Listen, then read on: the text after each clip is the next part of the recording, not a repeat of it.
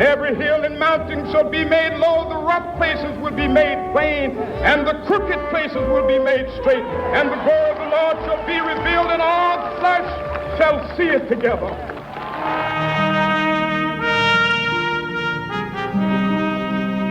We have not even to risk the adventure alone, for the heroes of all time have gone before us. The labyrinth is thoroughly known. We have only to follow the thread of the hero path. And where we had thought to find an abomination, we shall find a god. And where we had thought to slay another, we shall slay ourselves. Where we had thought to travel outward, we shall come to the center of our own existence. And where we had thought to be alone, we shall be with all the world.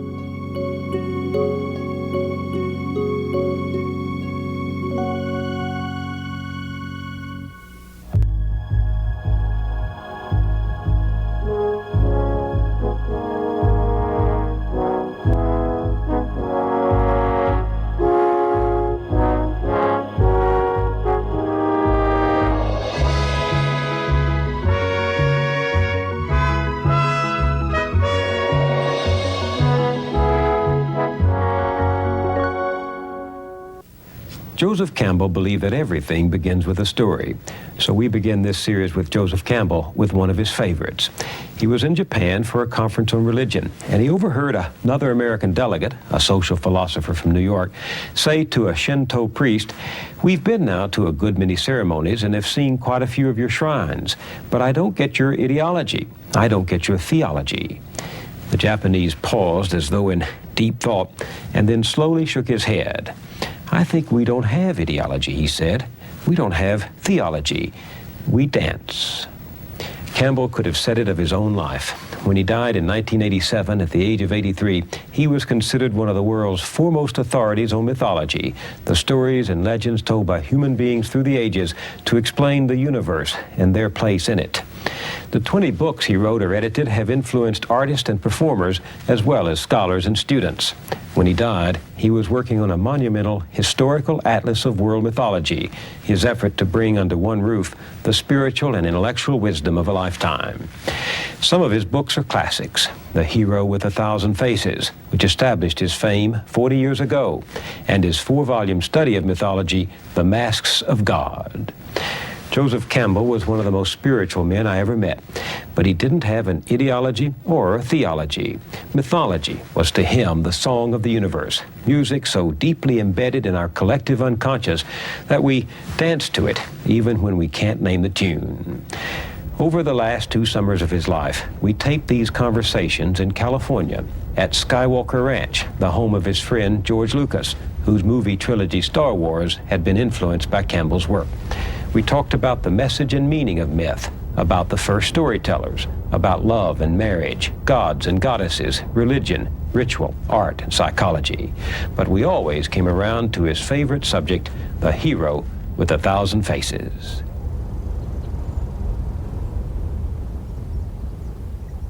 Why the hero with 1,000 faces?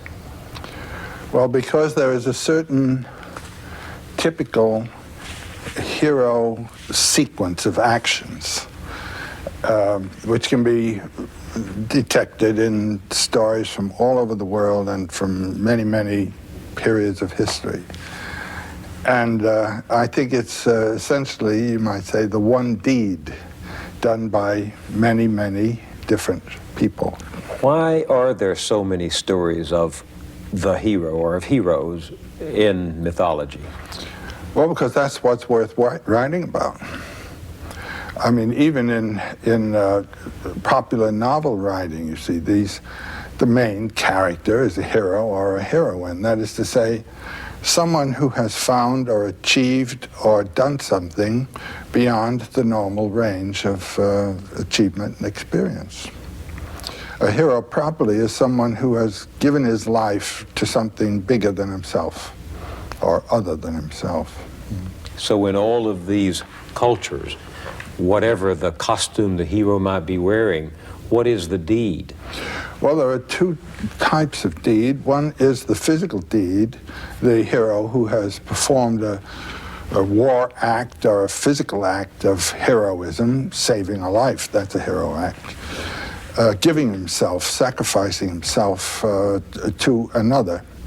And the other kind is the spiritual hero who has learned or found a mode of experiencing the supernormal range of human spiritual life, and then come back and communicated it. It's a cycle. It's a going and a return that the hero cycle represents.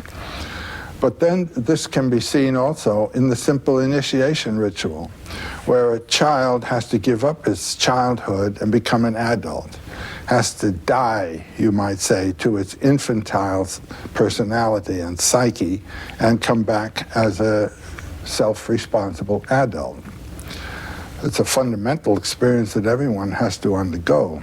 We're in our childhood for at least 14 years, and then to get out of that posture of dependency, psychological dependency, into one of psychological self-responsibility requires a death and resurrection. And that is the basic motif of the hero journey.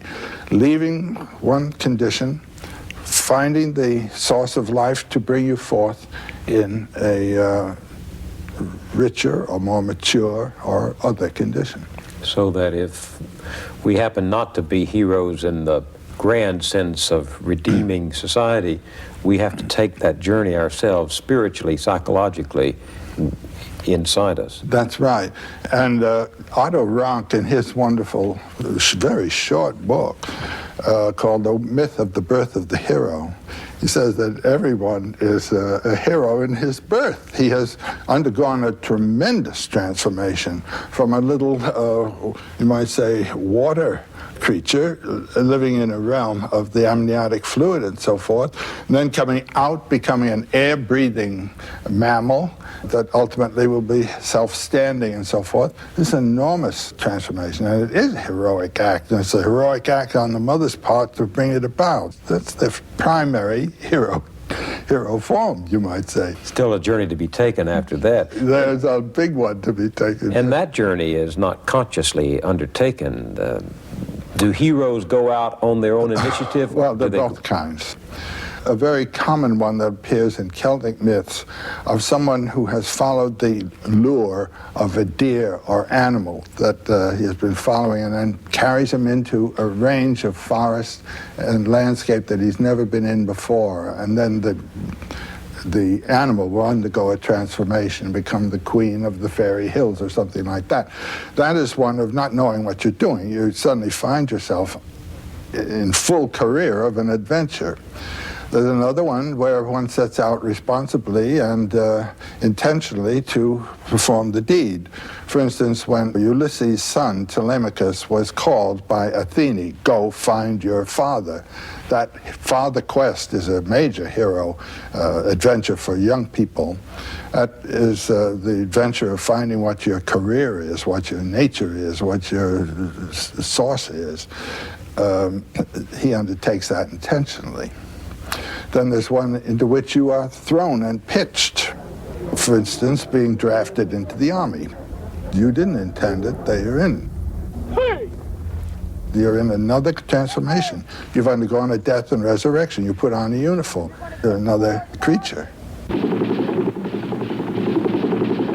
So does the heroism have a moral objective?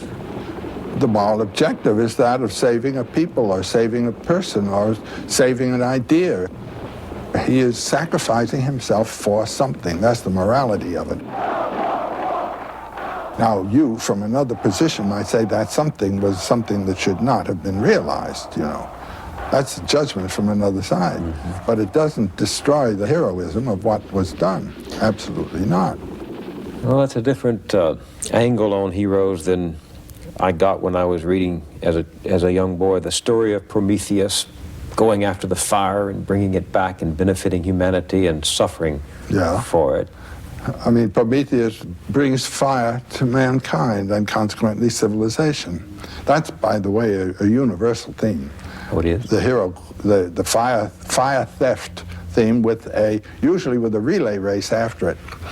Often it's blue jay or woodpecker or something like this that steals the fire and then passes it on to something else and something else, one animal after another. And they're burned by the fires as they're carrying it on, and that accounts for the different colorings of animals and so forth. It's a worldwide myth, the fire theft. Do these stories of the hero vary from culture to culture? Well, it's the degree of the illumination that, or action that makes him different. There is a typical early culture hero who goes around slaying monsters. Now that is in the period of history when man is shaping his world out of a wild, savage, unshaped world.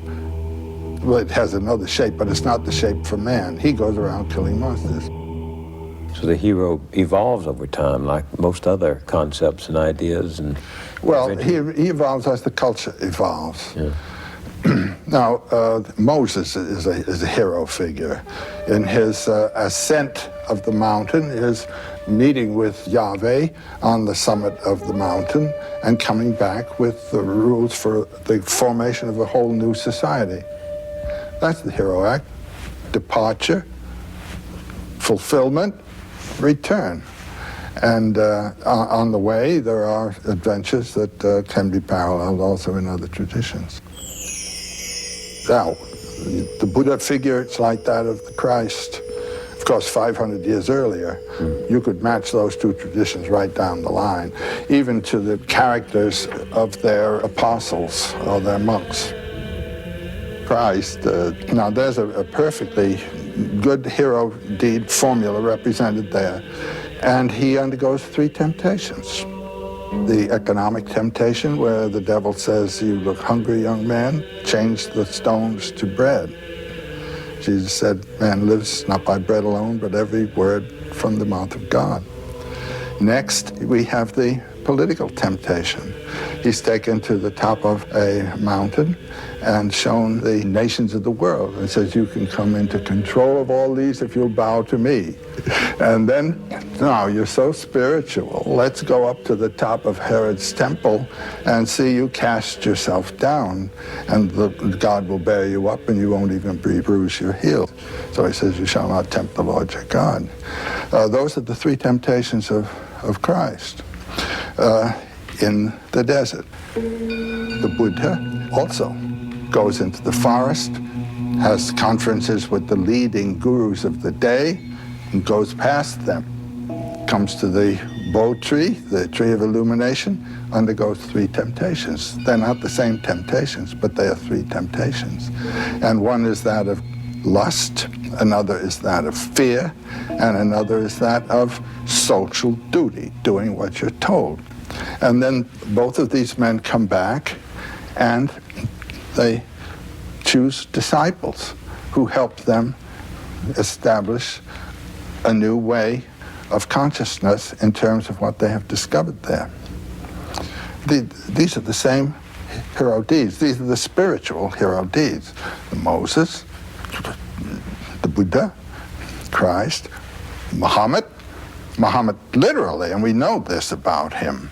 He was a camel caravan master, but he would leave his home and go out into a little mountain cave that he found and meditate and meditate and meditate and meditate. And one day a voice says, "Write," and we have the Quran, you know. It's an old story. Sometimes it seems to me that we ought to feel pity for the hero instead of admiration. So many of them have sacrificed their own needs.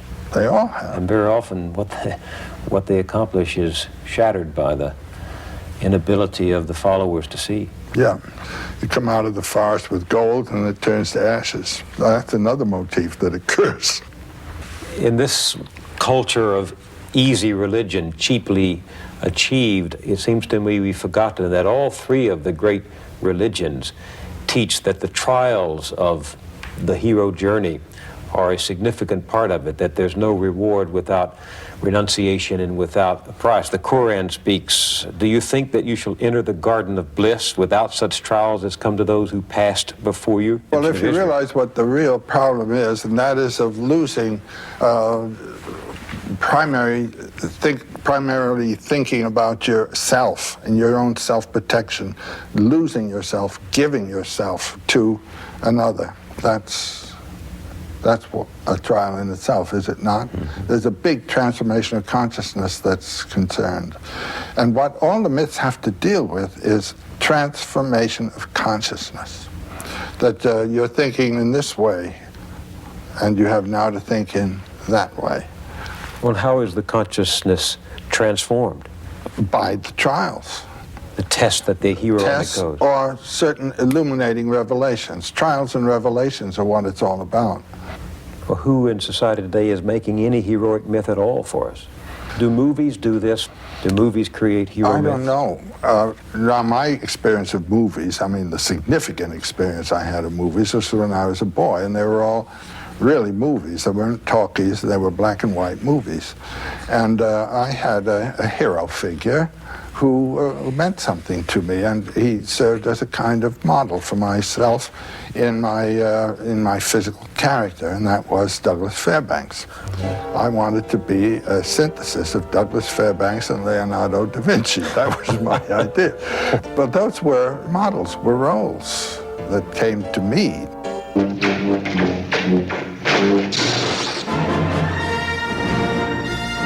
Does a movie like Star Wars fill some of that need for the spiritual adventure, for the hero? Oh, it's perfect. It does the cycle perfectly. It's not simple morality play. It has to do with the powers of life and their inflection through the action of man.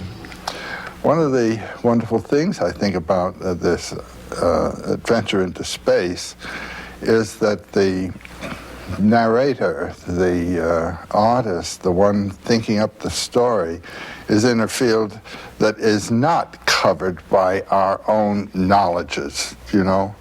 There was much of the adventure in the old stories is where they go into regions that no one's been in before.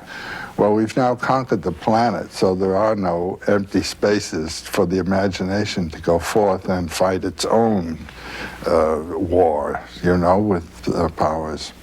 And that was the first thing I felt there. There's a whole new realm for the imagination to open out and live its forms. Do you, when you look at something like Star Wars, recognize some of the themes of the hero throughout mythology? Well, I think that George Lucas was using standard mythological figures. The old man as the advisor. Well, specifically, what he made me think of is the Japanese sword master. Remember, a Jedi can feel the Force flowing through him. I've known some of those people, and this man has a bit their character. Well, there's something mythological, too, isn't there, in the sense that the hero is helped by this stranger who shows up and gives him some instrument, a sword or a sheaf of light, shaft of light. He gives him not only a physical instrument, but a psychological commitment and a psychological center. This time, let go your conscious self and act on instinct. Well, he had him exercising with that strange weapon and then pulled the mask over. That's real Japanese stuff. I'll take them myself. When I took our two sons to see it, they did the same thing the audience did at that moment when the voice of Ben Kenobi says to Luke Skywalker in the climactic moment, "Use the Force, Luke. Let go, Luke." The audience broke out into elation, into applause. Well, you see, this thing communicates. It is in a language that is talking to young people today, and that's marvelous.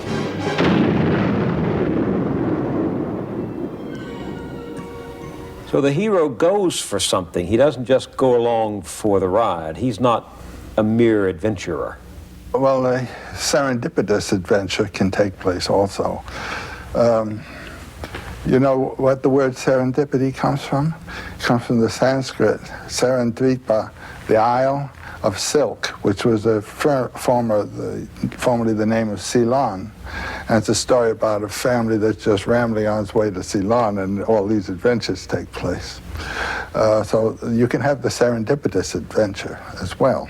Is the adventurer who takes that kind of trip a hero in the mythological He sense? is ready for it. This is a very interesting thing about these mythological themes. The achievement of the hero is one that he is ready for, and it's really a manifestation of his character. And it's amusing the way in which the landscape and the conditions of the environment match the readiness of the hero. The adventure that he's ready for is the one that he gets. Look, I ain't in this for your revolution, and I'm not in it for you, Princess. I expect to be well paid. The mercenary, Solo, begins as a mercenary and ends up as a hero. He was a very practical guy, a materialist in his character, at least as he thought of himself, but he was a compassionate human being at the same time and didn't know it. The adventure evoked a quality of his character that he hadn't known he possessed. I love you. You know. He thinks he's an egoist, he really isn't. And that's a very lovable kind of human being, I think, and there are lots of them functioning beautifully in the world. They think they're working for themselves, very practical and all, but no, there's something else pushing them.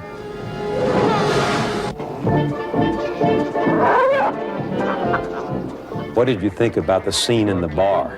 That's my favorite, not only in this piece, but of many, many pieces I've ever seen. Well, where you are is on the edge. You're about to embark into the outlying spaces. And a real adventure out there. A real adventure. This is the jumping off place. And there is where you meet people who've been out there, and they run the machines that go out there, and you haven't been there. It reminds me a little bit in Robert Louis Stevenson's Treasure Island, the atmosphere before you start off the adventure. You're in a seaport, and there's old salt seamen who've been on the sea, and that's their world, and these are the space people also. I got a bad feeling about this.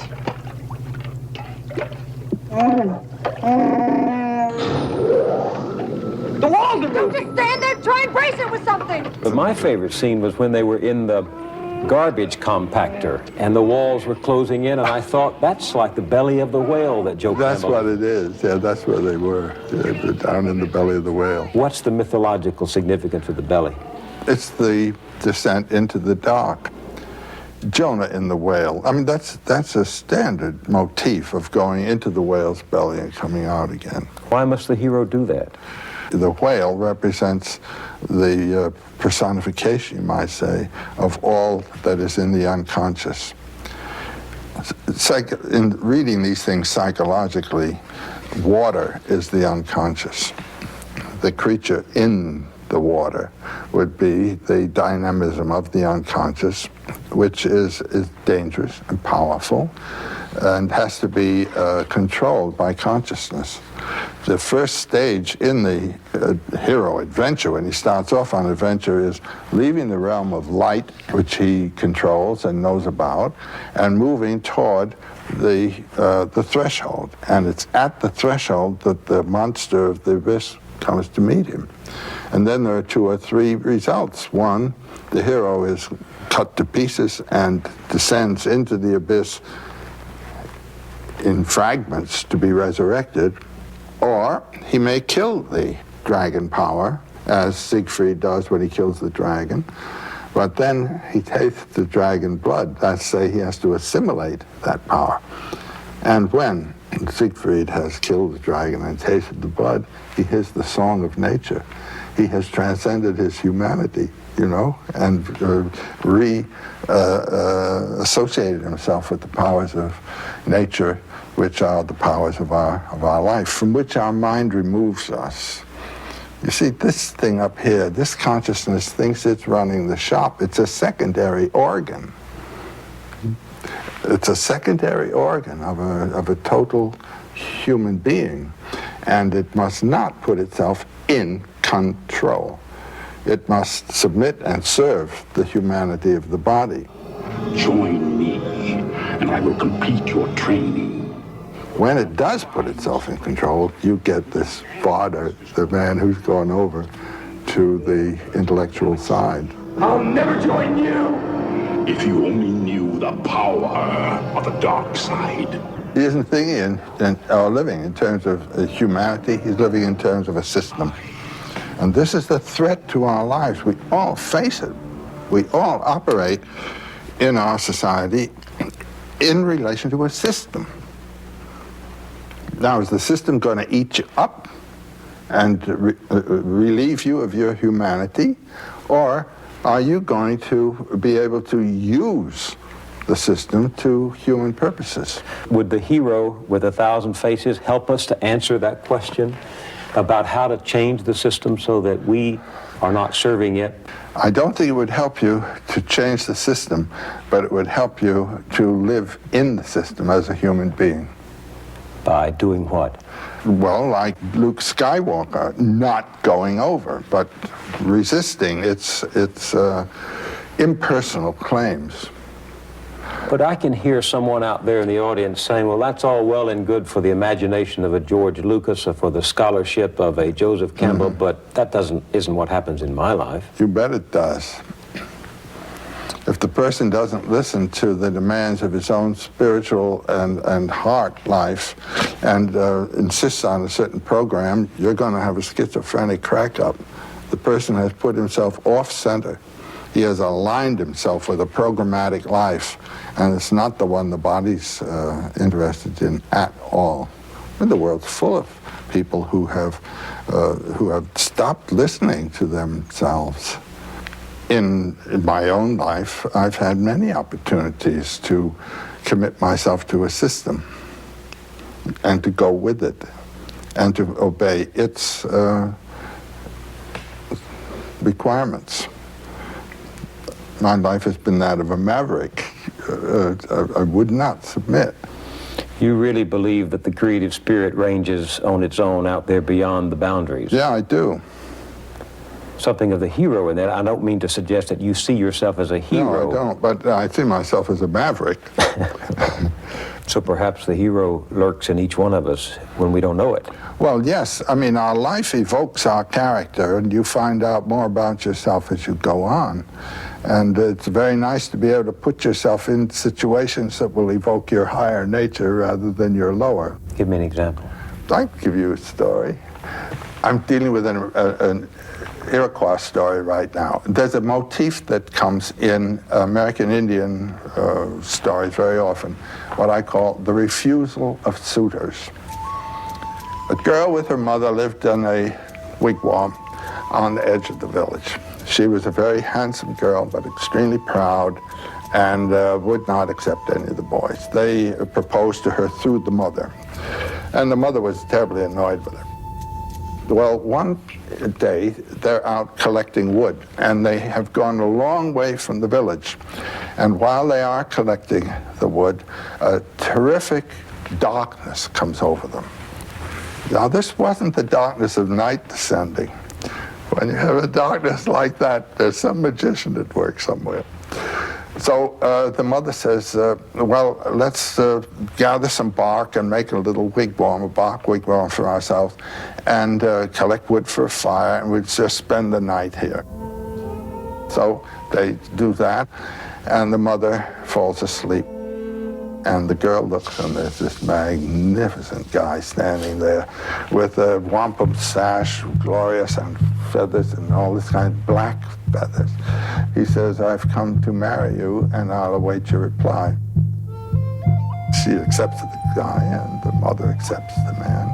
And he gives the mother the wampum belt to prove that he's serious about all this. So he goes away with the girl. She has acquiesced. Mere human beings weren't good enough for her, but here's something that really, So she's in another domain. Now the adventure is marvelous. She goes with him to his village, and they enter his lodge. The people in there greet her, and she feels very comfortable about it and all. And then the next day he says, I'm going off to hunt. So he leaves the lodge, and the door is closed with a flap. There's a flap. When he closes the flap, she hears a strange sound. So there's the whole day, and she's just in the hut. And as evening comes, she hears that strange sound again. And the door flap is flung off, and in comes this prodigious serpent with his tongue darting, and he puts his head in her lap and says, now you must search my head for lice and things like that. And she finds all kinds of horrible things there and kills them all. And then he withdraws, and in a moment, after the gate door has been closed, it opens again, and in he comes, the same beautiful young man again, and said, were you afraid of me when I came in just now? No, she said, she wasn't at all afraid. Next day he goes off to hunt. And then she leaves the lodge to gather wood. And the first thing she sees is an enormous serpent basking on the rocks. And then another, and then another. Then she begins to feel very badly, very homesick and discouraged. Then the evening, the serpent, and then the man again. The third day, when he leaves, she decides she's going to try to get out of this place. So she goes out, and she's standing in the woods thinking, and a voice speaks to her, and she turns, and there's a little old man there. And he says, darling, you are in trouble. The man that you've married is one of 7 brothers. They are great magicians. And like many people of this kind, their hearts are not in their bodies. There's a collection of 7 hearts in a bag that is hidden under the bed of the eldest to whom you are married. You must go get that, and then we'll deal with the next part of the adventure. She goes in and finds a bag of hearts and is running out, and a voice calls after her, stop, stop. It's the voice of the magician. And she continues to run. He says, you may think you can get away from me, but you never can. And just at that point, she hears the voice of the old man. He says, I'll help you, dear. And he's pulling her out of the water. She didn't even know that she was in water. What does that say to you? That's to say you have moved out of the hard land, the solid earth, and are in the field of the unconscious. And she had pulled herself into the transcendent realm and got caught in the negative powers of the abyss, and she's being rescued now by the upper powers. What you have done has been to elevate yourself out of the local field and put yourself in a field of higher power, higher danger, and are you going to be able to handle it? If you are not eligible for this place into which you put yourself, it's going to be a demon marriage. It's going to be a real mess. If you are eligible, it can be a glory that will give you a life that is yours in your own way. So these stories of mythology are simply trying to express a truth that can't be grasped any other way. It's the edge, the interface between what can be known and what is never to be discovered, because it is a mystery transcendent of all human research. The source of life. What is it? No one knows. Why are stories important for getting at that? Well, I think it's important to live life with a knowledge of its mystery and of your own mystery. And it gives life a new zest, a new balance, a new harmony to do this. I mean, therapy and psychological therapy, when people find out what it is that's ticking in them, they get straightened out. And what is it that life is? I find thinking in mythological terms has helped people. Visibly, you can see it happen. How? What does it do? It erases anxieties. It puts them in accord with the inevitables of their life, and they can see the positive values of what are the negative aspects of what is positive. It's whether you're going to say no to the serpent or yes to the serpent. It's easy as that. No to the adventure? Yeah, the adventure of being alive, of living. When I was growing up, tales of King Arthur, tales of the medieval knights, tales of the dragon slayers were very strong in my world. Dragons represent greed, really.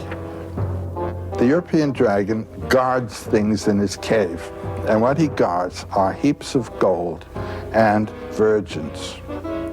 And he can't make use of either of them, but he just guards. There's no vitality of experience, either of the value of the gold or of the female whom he's guarding there. Psychologically, the dragon is one's own binding of oneself to one's ego, and you're captured in your own dragon cage. And the problem of the psychiatrist is to break that dragon, open him up, so that you can have a larger field of relationships. Jung had a patient come to him who felt alone, and she drew a picture of herself as caught in the rocks. From the waist down, she was bound in rocks. And this was on a windy shore, and the wind blowing and her hair blowing, and all the gold, which is the sign of the vitality of life, was locked in the rocks. And the next picture that he had her draw had followed something he had said to her. Suddenly, a lightning flash hit the rocks, and the gold came pouring out. And then she found reflected on rocks round about the gold. And there was no more gold in the rocks. It was all available on the top. And in the conferences that followed, those patches of gold were identified. They were her friends. She wasn't alone. But she had locked herself in her own little room and life, but she had friends. Do you see what I'm meaning? This is killing the dragon. And you have fears and things. This is the dragon. That's exactly what that's all about. At least the European dragon. Chinese dragon is different. What is it? It represents the vitality of the swamps, and the dragon comes out beating his belly and saying, ha, ha, ha, ha, ha. You know, that's another kind of dragon. And he's the one that yields the bounty and the waters and all that kind of thing. He's the great, glorious thing. But this is the negative one that cuts down. So what you're saying is if there are not dragons out there, and there may not be... The real dragon is in you. And what is that real dragon? That's your ego holding you in. What's my ego? What I want, what I believe, what I can do, what I think I love, and all that. What I regard as the aim of my life and so forth. It might be too small. It might be that which pins you down. And if it's simply that of doing what the environment tells you to do, it certainly is pinning you down. And so the environment is your dragon as it reflects within yourself. How do I slay? How do you? Slay that dragon in me. What's the journey I have to make? You have to make. Each of us has to make. You talk about something called the soul's high adventure. My general formula for my students is follow your bliss. I mean, find where it is and don't be afraid to follow it. Can my bliss be my life, love, or my life's work? Is it my work or my life? Well, if the work that you're doing is the work that you chose to do because you are enjoying it, that's it. But if you think, oh, gee, I couldn't do that, you know, that's your dragon that's locking you in. Oh, no, I couldn't be a writer. Oh, no, I couldn't do what so-and-so is doing. Unlike the classical heroes, we're not going on our journey to save the world, but to save ourselves. And in doing that, you save the world. I mean, you do. The influence of a vital person vitalizes. There's no doubt about it. The world is a wasteland. People have the notion of saving the world by shifting it around and changing the rules and so forth. And no, any world is a living world if it's alive. And the thing is to bring it to life. And the way to bring it to life is to find in your own case where your life is and be alive yourself, it seems to me. But you say I have to take that journey and go down there and slay those dragons. Do I have to go alone? If you have someone who can help you, that's fine too. But ultimately, the last trick has to be done by you. In all of these journeys of mythology, there's a place everyone wishes to find. What is it? The Buddhists talk of nirvana. Jesus talks of peace. There's a place of rest and repose. Is that typical of the hero's journey? That there's a place to find? That's a place in yourself of rest. Now this I know a little bit about from athletics. The athlete who is in championship form has a quiet place in himself. And it's out of that his action comes. If he's all in the action field, he's not performing properly. There's a center out of which you act. And Jean, my wife, a dancer, tells me that in dance this is true too. There's the center that has to be known and held. There, it's quite physically recognized by the person. But unless this center has been found, you're torn apart. Tension comes. Now, the Buddha's word is nirvana. Nirvana is a psychological state of mind. It's not a place like heaven. It's not something that's not here. It is here in the middle of the turmoil, what's called samsara, the whirlpool of life conditions. That nirvana is what? It is the condition that comes when you are not compelled by desire or by fear or by social commitments. When you hold your center and act out of there. And like all heroes, the Buddha doesn't show you the truth, the illumination. He shows you the way to. The way. But it's got to be your way too. I mean, how should I get rid of fear? The Buddha can't tell me how I'm going to do it. There are exercises that different teachers will give you, but they may not work for you. All a teacher can do is give you a clue of the direction. He's like a lighthouse that says there are rocks over here and steer clear. You talk a lot about consciousness. Yes. Most people hear that term and, like me, have only a veiled understanding of it. What is it?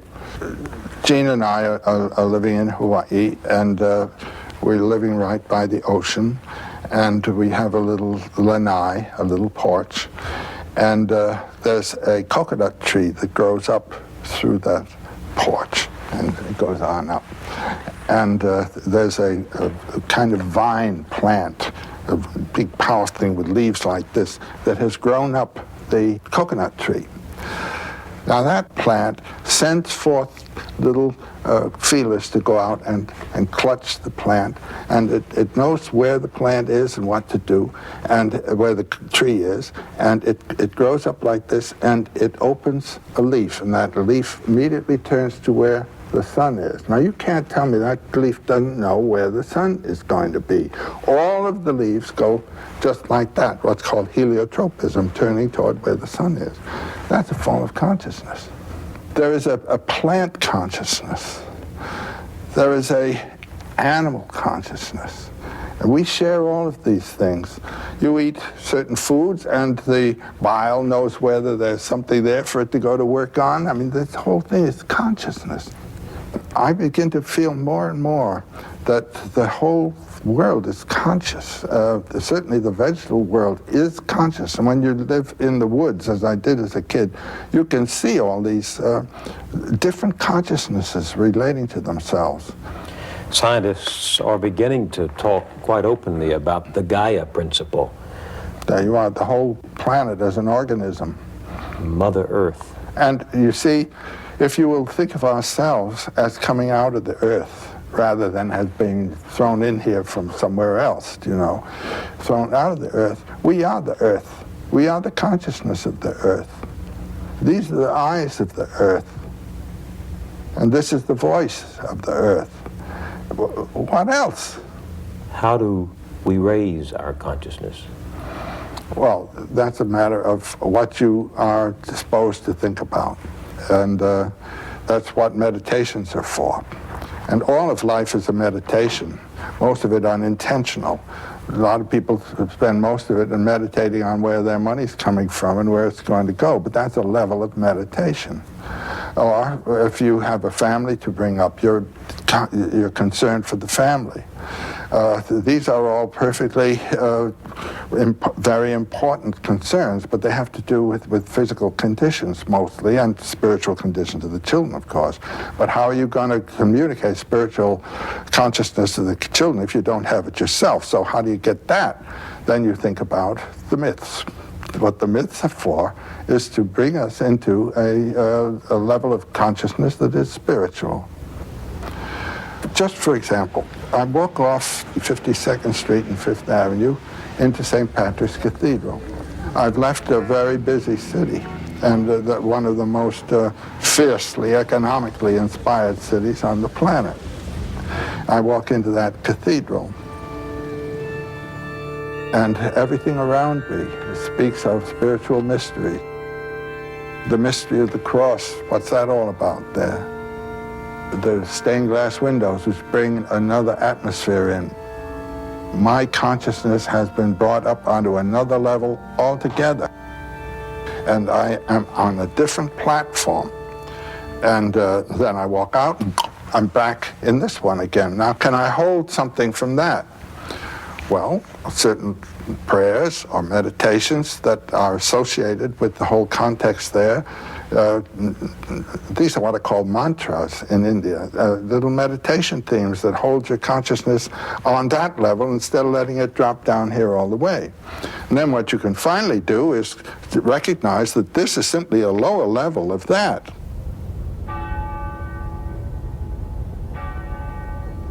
The cathedral at Chartres, which you love so much, also expresses a relationship of the human to the cosmos, doesn't it? Well, I think everyone who has spent any time at Chartres has felt something very special about this cathedral. I've been there about 8 times. When I was a student in Paris, I went down there about 5 times and spent one whole weekend, and I identified and looked at every single figure in that cathedral. I was there so much that the concierge, this little old fellow who took care of the cathedral, he came to me one noontime and he said, would you like to go up with me and ring the bells?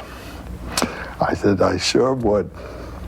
So we climbed the Flèche, the tower, up to where the great bell was, the great enormous bronze bell.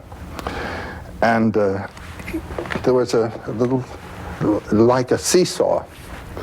And he stood on one end of the seesaw, and I stood on the other end of the seesaw. And there was a little bar there for us to hold on to. He gave the thing a push, and then he was on it, and I was on it. We started going up and down, and the wind blowing through our hair up there in the cathedral. And then it began underneath. Bong, you know, bong, bong. I tell you, it was one of the most thrilling adventures in my life.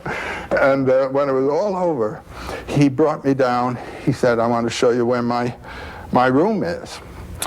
Well, in a cathedral, you have the nave, and then the transept, and then the apse. And around the apse is the choir screen. Now, the choir screen in Chartres is about that wide, And he took me in a little door into the middle of the choir screen, and there was his little bed and a little table with a lamp on it. And when I looked out, there was the Black Madonna, the vitrine, the window of the Black Madonna, and that was where he lived. There was a man living in a meditation, a constant meditation. I mean, that was a very moving, beautiful thing. Well, I've been there time and time again since. What do you find when you go there? What does it say about all that we've been discussing? Well, the first thing it says is, it takes me back to a time when these principles informed the society. I mean, you can tell what's informing the society by the size of what the building is that's the tallest building in the place. When you approach a medieval town, the cathedral's the tallest thing in the place. When you approach a 17th century city, it's the political palace that's the tallest thing in the place. And when you approach a modern city, it's office buildings and dwellings that are the tallest things in the place. And if you go to Salt Lake City, you'll see the whole thing illustrated right in front of your face. First, the temple was built. The temple was built right in the center of the city. I mean, this was the proper organization. That's the spiritual center from which all flows in all directions. And then the Capitol was built right beside the temple. And it's bigger than the temple. And now the biggest thing is the office building that takes care of the affairs of both the temple and the political building. That's the history of Western civilization, from the Gothic through the princely periods of the 16th, 17th, 18th centuries to this economic world that we're in now. In New York now, the debate is over who can build the tallest building, not to praise, but to build the tallest building.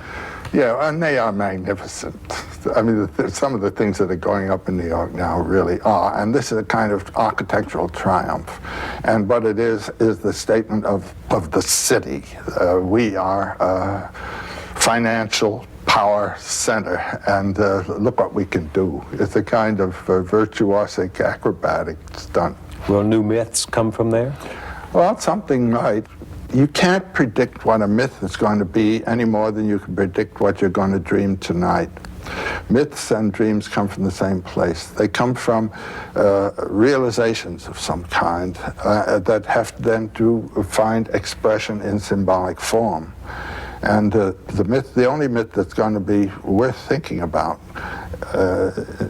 in the immediate future is one that's talking about the planet, not this city, not these people, but the planet and everybody on it. That's my main thought for what the future myth is going to be. And what it will have to deal with will be exactly what all myths have dealt with. The maturation of the individual, the gradual, the pedagogical way to follow from dependency through adulthood to maturity and then to the exit, and how to do it. And then how to relate to this society, and how to relate this society to the world of nature and the cosmos. That's what the myths have all talked about. That's what this one's got to talk about. But the society that it's got to talk about is the society of the planet. And until that gets going, you don't have anything. There's that wonderful photograph you have of the Earth seen from space. And it's very small, and at the same time it's very grand. You don't see any divisions there of nations or states or anything of the kind. This might be the symbol, really, for the new mythology to come. That is the country that we are going to be celebrating. And those are the people that we are one with.